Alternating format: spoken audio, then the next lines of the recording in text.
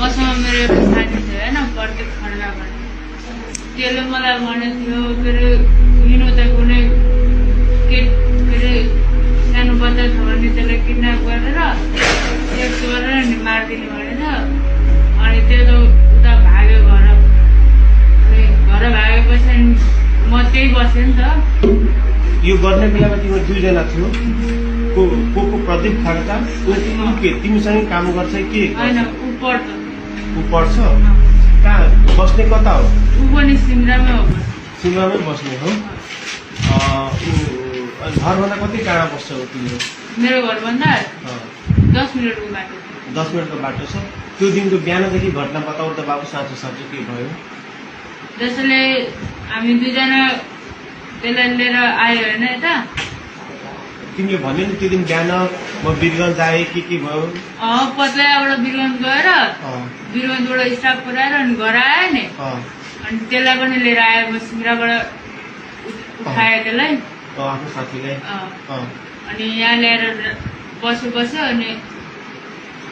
हामी दुईजना मन गऱ्यो सेक्स गर्न होइन अनि के अरे हामी आयो यता अनि त्यो बच्चाहरू खेलिरहेको रहेछ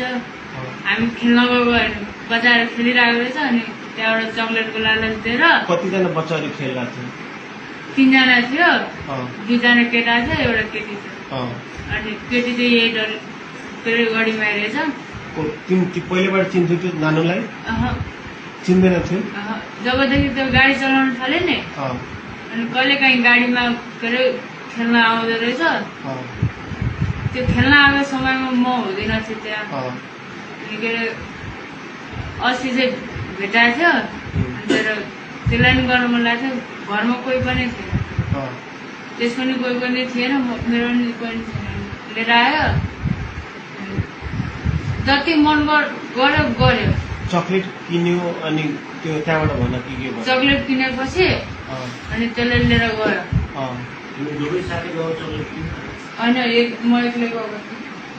अनि चक्लेट किनेर आएपछि के भयो त्यहाँ गयो बच्चाले खेलिरहेको थियो बच्चाहरू खेलिरहेको थियो त्यो प्रत्येक पनि त्यही थियो तिनीहरूले हेरिरहेको थियो म चक्लेट किनेर आएँ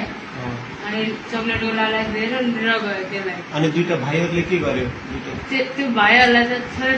थर्काउनु त्यो रुँदै घर पुगेछ अनि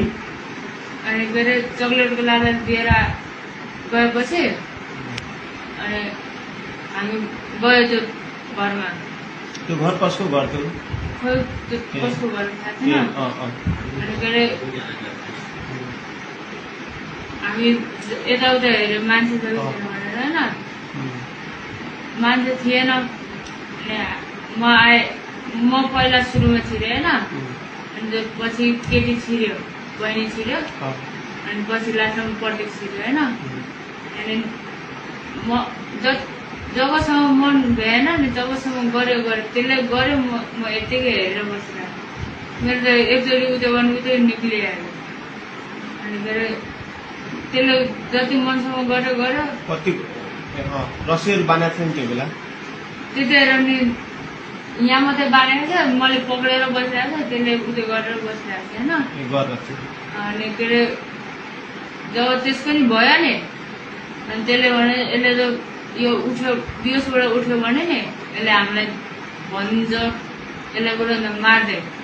भनेर अनि त्यो गयो गाडी लिएर गयो त्यसलाई नि गाडी चलाउन आउँछ स्कुल पढ्नु भयो भने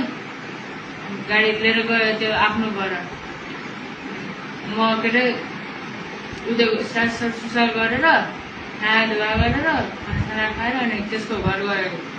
किनकि रिजर्भ थियो त्यसको घरको साइडबाट अनि के अरे रिजर्भ लिएर गएर हेटौडा पुग्यो हेटौडाबाट फेरि आउँदा रात पर्दाखेरि फेरि फोन आयो के अरे भेटाएन भनेर फोन आयो होइन फेरि त्यसको भोलिपल्ट पनि फोन आयो त्योबाट पनि भेटाएन भनेर आज फोन आएको थियो भेटायो भनेर आज फोन आयो अनि त्यो रस्सी बाँध्यो तन्नामा राखे कतिखेर जब भ्यायो नि हामी दुईजनाले त्यो निक्ल्यो अनि म एकैछिन बसेँ त्यहीँ त्यसपछि आए त्यतिकै लट्क्यो अवस्थामा छोड्यो ढोका चुकुर लगाइदिए तिमीले रस्सी बाँधेर लट्काइदिएको के अरे चुकुर लगाइदिए त्यो रस्सी र तन्ना कसले लिएर आयो तना र रस्सी त्यही थियो त्यही नै थियो अँ। यो पनि झुटो बोल्दैछ तिमी नढाँटिकन भनेको अहिले चाहिँ नढाँटिकन हो अँ त्यही थियो जम्मै अनि म आएँ होइन नुहाएर खानासाना खाएँ अस्तिको कुरा भयो त खानासाना दिएको थियो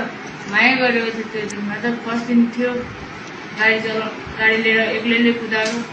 फर्स्ट दिन थियो अनि कुदाएर आयो खानासाना खायो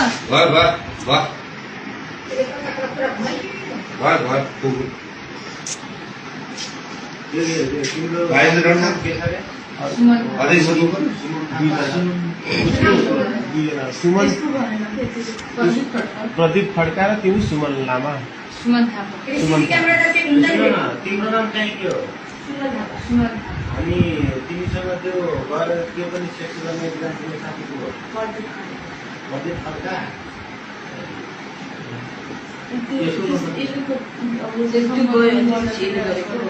पहिला उसले गर्यो अनि उसले